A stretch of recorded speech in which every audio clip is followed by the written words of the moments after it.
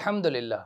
سوال: ماہ رمضان کے دنوں میں صوم کی حالت میں بیماری کے علاج کے لیے پاخانے کی راہ سے دوا ڈالنے کا شرعی حکم کیا ہے؟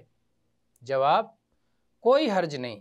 اگر کوئی شخص بیمار ہے اور اسے علاج کے لیے پاخانے کی راہ سے دوا ڈالنے کی ضرورت ہے تو اس میں کوئی حرج نہیں اور اس سے صوم پر کوئی اثر نہیں پڑے گا، کیونکہ یہ نہ تو کھانا پینا ہے اور نہ ہی اس کے ہم معنی ہے۔